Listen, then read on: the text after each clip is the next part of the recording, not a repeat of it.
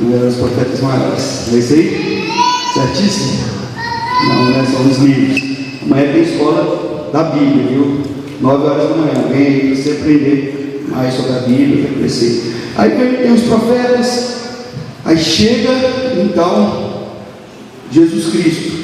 Nasce de uma virgem, Jesus. O plano da salvação está prestes a ser concluída. A primeira etapa do plano da salvação através de Jesus Cristo. Até aí vocês entenderam? Você sabe o que aconteceu? Quantas pessoas morreram? Quantas pessoas prostituíram contra Deus? Prostituíram contra as leis de Deus? Até que Deus envia o seu Filho unigênito para todo aquele que nele crê, não pereça, mas tenha a vida eterna. Aquela vida eterna que eles perderam antes no Éden, quando eles desobedeceram a Deus, porque eles já tinham vida eterna. Aí, através da desobediência, eles experimentaram da morte. Chega de Jesus Cristo. E existiam templos, existiam pessoas que seguiam a lei, as leis. E Jesus vem, conclui o que muitos ministros da palavra ensinam: o véu se rasga, Jesus Cristo, Ele dá a sua vida por nós. Então os nossos pecados, a graça, é bom que entenda a graça, através da graça. O que foi a graça? A vida do Filho de Deus, pelas nossas vidas, pelo meu pecado, pela depravação fazia parte da minha vida antes de Jesus Cristo, e pela luta que eu vivo hoje, como está escrito em Gálatas 17, até 22, onde a carne milita contra o Espírito. E aí eles estão falando para aqueles que já conhecem Jesus Cristo. E nós vamos viver isso enquanto nós estivermos aqui em carne. Vem Jesus Cristo, a gente experimenta a salvação. O véu se rasga de cima para baixo, as pedras, muitos ministros falam o véu se rasga de cima para baixo, para por aí. Mateus 27, 51 falam que além do véu se rasgar de cima para baixo, as pedras, elas se partem. Que pedras são essas? Os templos. Não precisa mais do templo. Você é templo do Espírito Santo. Tanto que Jesus Cristo, ele fala para Pedro: quem você acha que eu sou? Pedro, ele fala assim: você é filho de Deus. Então, se creres nisso, sobre a sua vida, edificarei a minha igreja. Sobre a sua vida, edificarei a minha igreja. Nós somos a igreja do Senhor. Sobre ela, quem você crê que Jesus Cristo é? Jesus, quem é Jesus Cristo? Qual foi o plano de Deus quando nos enviou Jesus Cristo? Por que nós nos reunimos? Quem é Jesus Cristo? Nós estamos vivendo hoje a era evangélica. Os evangélicos estão crescendo. Eu quero que você pare e sinta a diferença dos evangélicos e daqueles que seguem Jesus Cristo. Porque é uma coisa diferente. Porque se o IBGE alega que os evangélicos estão crescendo, as bocas de fumo estão aumentando, as mortes estão aumentando, tem gente, menina de 16, 17 anos abortando filho, prostituição, depravação total, não muito diferente de quando Noé, na época de Noé, não muito diferente. Talvez a tendência fica pior, e o número de evangélicos está crescendo. É isso que está me inculcando na minha cabeça. O que está acontecendo? Nós temos que entender quem é Jesus Cristo. Nós temos que entender que quando nós nos reunimos, nós temos que entender que todos esses louvores, foi Deus permitiu que nós curtíssemos nesse momento a presença dEle, a liberdade que Ele nos deu, escrito em Gálatas, no capítulo 5, no versículo 1, uma liberdade que nós temos para um com os outros vivermos a economia, a comunhão. Isso, Deus, eu quero ler com você João 5.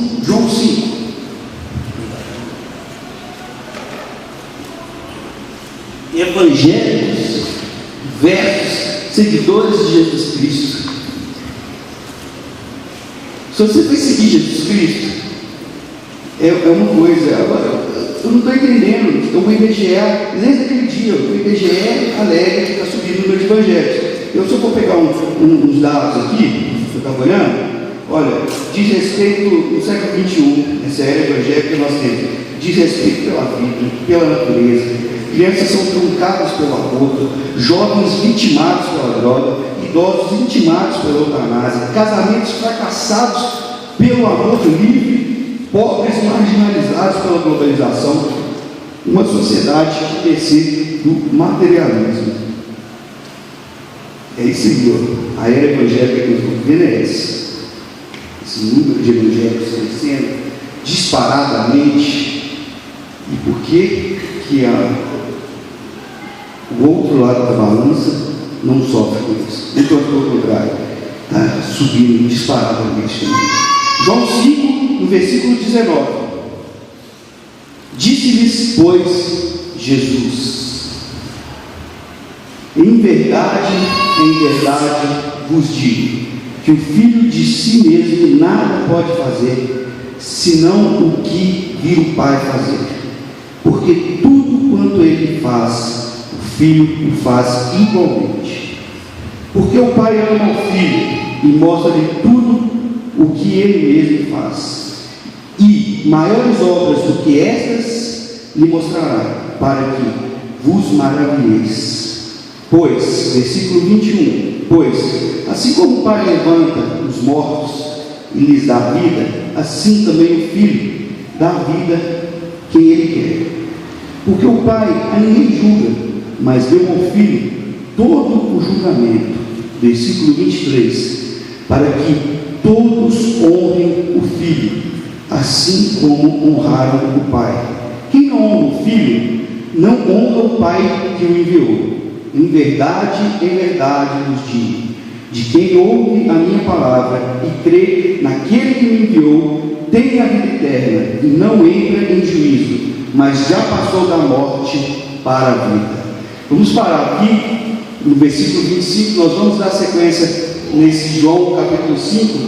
Pense bem, muitos, Jesus Cristo mais adiante nesse capítulo ele vai falar assim: muitos examinam as Escrituras porque sabem que nela está a vida eterna. Muitos examinam, muitos carregam a Escritura porque sabem que nela está a salvação. Mas muitos estão com a Escritura, estão reunidos, mas não sabem o que é o Jesus Cristo. Ele mesmo diz, mas muitos, versículo 25, em verdade vos digo, que vem a hora, e agora é, em que os mortos ouvirão a voz do Filho de Deus, e os que a ouvirem viverão. Pois, assim como o Pai tem vida em si mesmo, assim também deu ao Filho ter vida em si mesmo. Deu-lhe autoridade para julgar, porque é Filho do homem. Não vos admires disso, porque vem a hora em que todos os que estão no sepulcro ouvirão a voz e sairão. Os que tiverem feito o bem para a ressurreição da vida, e os que tiverem praticado o mal para a ressurreição do juízo. Eu não posso de mim mesmo fazer coisa alguma. Como ouço, assim julgo, e o meu juízo é justo, porque não procuro a minha vontade, mas a vontade daquele que me enviou. 5,31, João 5,31. Se eu der testemunho de mim mesmo, o meu testemunho não é verdadeiro. Outro é quem dá testemunho de mim, e sei que é o testemunho que ele dá de mim é verdadeiro. Vós mandastes mensageiros a João, e ele deu testemunho da verdade. Eu, porém, não recebo testemunho de homem, mas digo isso para que sejais salvos. Ele era a lâmpada que ardia e alumiava, e vós quiseste alegrar-vos por um pouco tempo com a sua luz. Mas o testemunho que eu tenho é maior do que João, porque as obras que o Pai me deu para realizar, as mesmas obras eu faço, dão testemunho de mim que o Pai me enviou. Versículo 37. E o Pai que me enviou, ele mesmo tem dado testemunho de mim.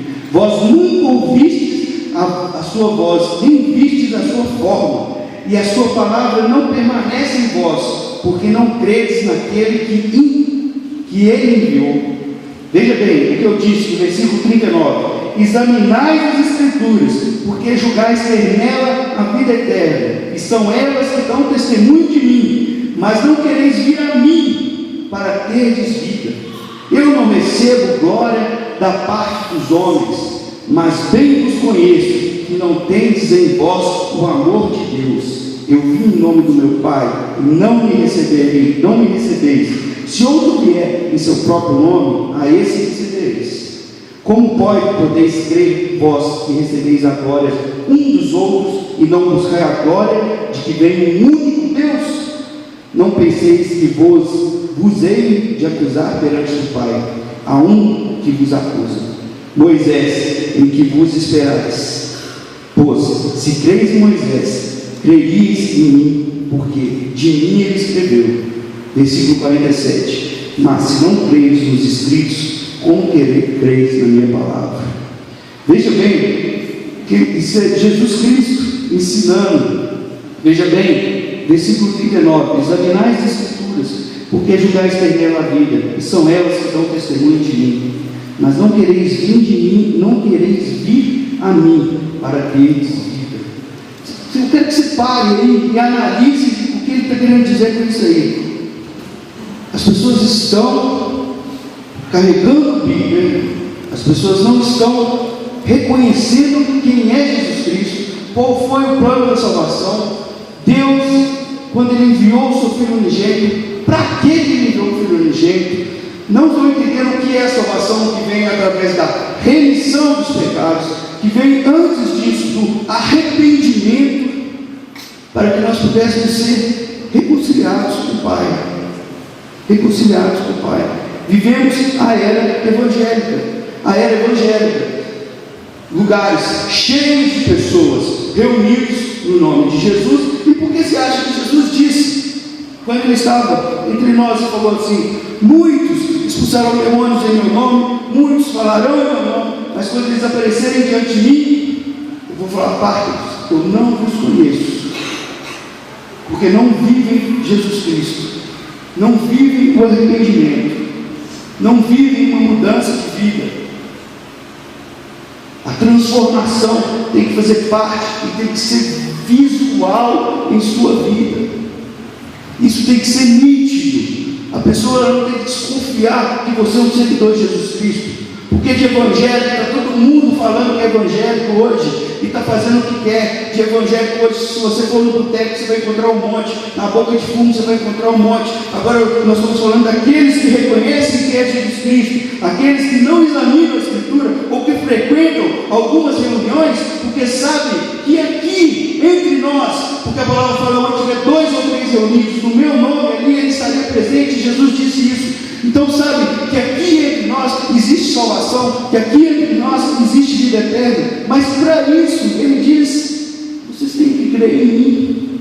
Jesus disse: vocês têm que crer em mim, têm que crer na Escritura que fala de mim, está falando de mim, de Jesus. Ele diz. E as pessoas estão esquecendo disso, esquecendo da cruz. Sabe para que nós estamos aqui? Para nós entendermos a cruz, entendermos a graça. Sabe por que eles esperavam de Moisés mais do que de Jesus?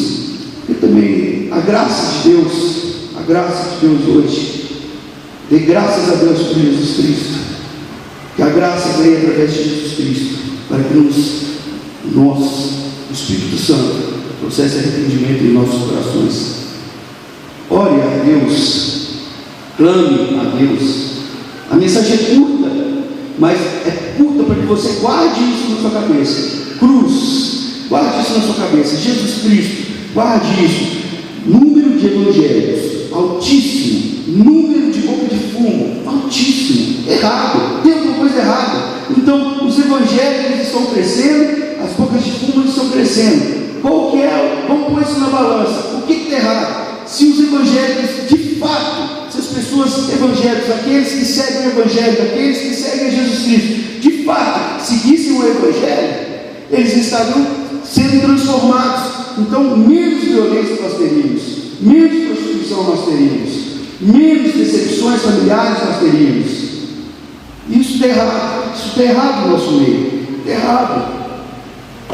Olha, não esteja acostumado com a vontade permissiva de Deus, mas procure a vontade perfeita de Deus na sua vida.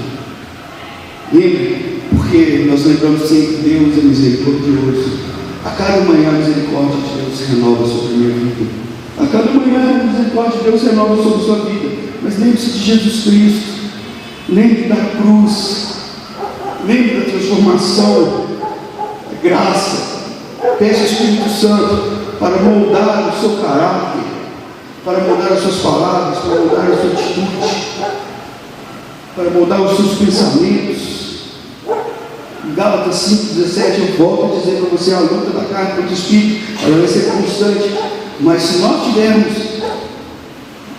sintonizados, se nós tivermos com a Bíblia, se nós estivermos lendo, fazendo a leitura da Bíblia, nós estivermos examinando a Bíblia e sabendo quem é Jesus Cristo, se nós não só estamos carregando a Bíblia, nós não só estamos reunindo com aqueles onde está no meio a salvação, onde está no meio a vida eterna. Aqui no nosso meio está a vida eterna, aqui no nosso meio está a salvação, porque aonde estiver 2 ou 3 reunidos no nome dele, ali ele estaria presente. E a salvação é Cristo, a salvação é Jesus Cristo. Mas a salvação é Jesus Cristo. Mas lembre que para a salvação existiu uma cruz. Para a salvação existiu alguém que levou sobre si os nossos pecados, que levou sobre si os nossos pensamentos, a nossa depravação, a nossa falta de amor pelo próximo, os 10 mandamentos, a lei mosaica, os 10 mandamentos. Jesus Cristo foi claro, uma coisa óbvia: se você amar a Deus acima de todas as coisas e o próximo como a si mesmo, você vai cumprir eles. Você cumpriu, você já cumpriu. Nos 10 mandamentos, os 4 primeiros, eles estão direcionados entre a relação